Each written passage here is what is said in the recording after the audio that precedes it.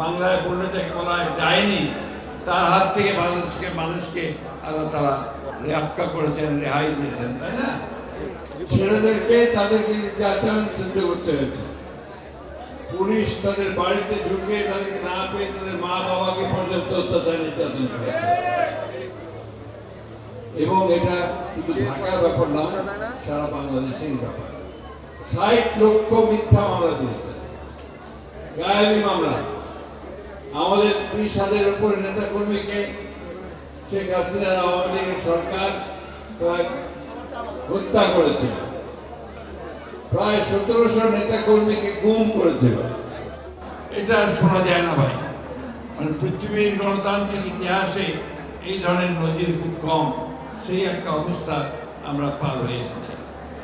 আল্লাহর কাছে হাজারো শুকরিয়া আদায় করি যে আল্লাহ তাআলা শেষ রহমতে আমার কাছে মনে হয় আল্লাহ তাআলার যে অলৌকিক শক্তি, তার মাধ্যমে তিনি হঠাৎ করে একদিন হাসিনাকে যেন গুম করে দেন। হাসিনা গুম হয়ে গেছে আল্লাহ তাআলার নির্দেশে, ঠিক না?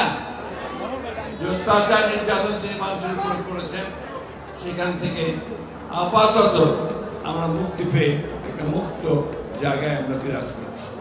সুতরাং আমরা মনে করি আল্লাহ তাআলার কাছে শুকরিয়া আদায় করতে চাই যে আল্লাহ তাআলা এই ভয়াবহ একটা মনস্তার, বাংলায় বলতে বলায় যায়নি, তার হাত থেকে মানুষকে আল্লাহ তাআলা রক্ষা করেছেন, রেহাই দিয়েছেন, তাই না?